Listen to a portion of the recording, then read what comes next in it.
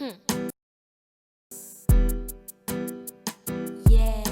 from Daisy Dukes to business. Hi, it's me, Dr. J with Behavior Health and Wellness. I am so happy to be joined by this young lady we have today. This is Casme. How are you? Hey, I am blessed. Thank you for having me. It's an honor. No problem. Thank you. And for all of those, if you've been asleep or under a rock, let me wake you up because Miss Casme is from right here in New Orleans, and she is currently a contestant on this season of The Voice. How is that going? Wonderful. It has been one of the best experiences of my life. I've never been so nervous though, girl, but it's all worth it. Just seeing them put everything together and like meeting all these amazing, talented. I think this is one of their best seasons as far as talent goes. I don't know if COVID did that and we all was like, listen, let's go. But Right. baby, heat on heat on heat this season. So I it's been think it is. I really do. And we are with Team Legend. How is that going? He's so amazing, and I just say like he saved my life, you know what I mean? Like he saved because Right. if he wouldn't have turned around, then I wouldn't be on The Voice in front of millions of people. Right. And he's very genuine. I said I never saw him smiling so hard. Like he really was feeling the vibe. And I'm glad he had a chance to see me perform because I always say I'm not a perfect singer. I'm not the best singer in the world. I'm a people singer. I sing for people. And the fact that we didn't have an audience this year, like, I go off of energy, and we really couldn't hear the audience. They had like the virtual audience, but we couldn't hear them. So it was literally me performing for people with their backs turned towards me. So when he turned around and he gave me that energy and that vibe, let me know he was feeling it. It was like game over. I was like, okay, good, we in there. I'm quite sure I was like the other people who were tuning in because he just had to. I think we all started sending those vibes. It was like, wait a minute, this New Orleans.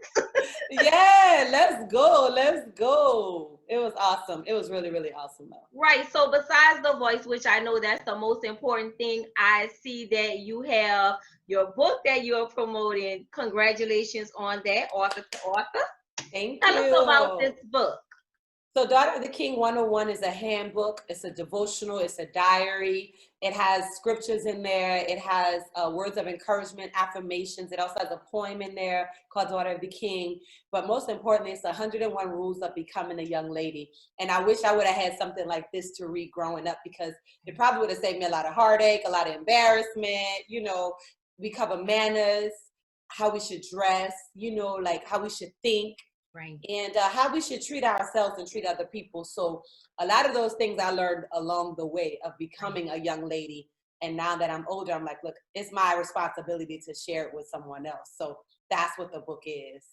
That is amazing. And I'm gonna have to get you over to Drum Saying Publishing so you can actually talk about that some more because we Absolutely. focus on artists, we promote artists, we want people to know what to read. And right now I Yes. hope people are tuning in so that they can get your great book.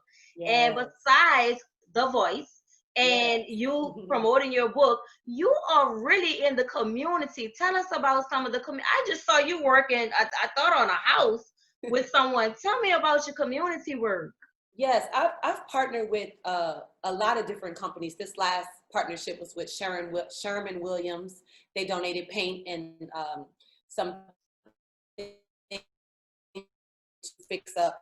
It's called paint block. So we Okay. basically go into neighborhood houses are messed up, and we choose a house and we pray with the neighborhood.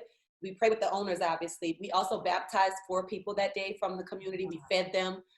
It was very awesome. My outreach is called Casme Cares, and I partner with churches. Like that was One Accord Ministry. Shouts out to Pastor Andy. But I love partnering with people who are already doing great things. We do a lot of feeding the homeless and feeding the community. My initiative was Blessings on the Bricks. And I started it when I lived in Nashville, and I was doing drive-bys, bringing breakfast to, the homeless. Wow. And then it went from there to me moving to Atlanta, doing the same thing. And now I'm back in New Orleans. And I need to start it back up because I got really busy. But it was a lot for me to maintain on my own. My family was helping me, but again, partnerships. So I would love to get that back started if I could partner with some people just to make sure we keep hot breakfast in our neighborhoods and those neighborhoods where people are less fortunate. So I have a heart for homeless. I have a heart for at-risk youth. So I do a lot of stuff in the schools, and we're gearing up for our Choices tour again once COVID relaxes a little bit, so we can talk to youth about making healthy choices. Right, and Casme, you brought up another great point. We want to do so much, but that valuable asset, which is time. Sometimes we only have a limited amount. How are you actually providing self-care to yourself? Because that is very important. Absolutely. Like, how can you take care of anybody? Right. How can you love anybody if you're a hot mess? If you're not in the right mindset, if you off balance, like when I find myself getting like that, I have to pull back, reel back, and do my checklist. So my checklist is my devotionals, because we have to feed our minds. We have to feed our souls, our spirits. So I read my Bible, my daily plans on my Holy Bible app. I also I definitely spend my time prayer. I make sure I'm taking my vitamins. Right. That's important to keep, the nutrition that we need in our bodies balanced. Then I also I have this little foot massager thing, girl. Right. It turns into like the little hot. It turns hot. It turns red when it's hot and warm underneath my feet, because the feet is connected to everything, all the organs and stuff. So that I like to do that at least twice a week if I can, and also exercising. Because like those are all moments like me time. Because we have to be together mentally, spiritually, and physically. So I find myself either outside shooting my basketball or jumping on my trampoline. I love jumping rope. Look. So look, I'm so happy that you are. We're pulling for you here. We are praying for you. And for those persons who may be watching, who may feel like, I've been at this so long, my dream hasn't come, it's deferred. What advice would you give to them?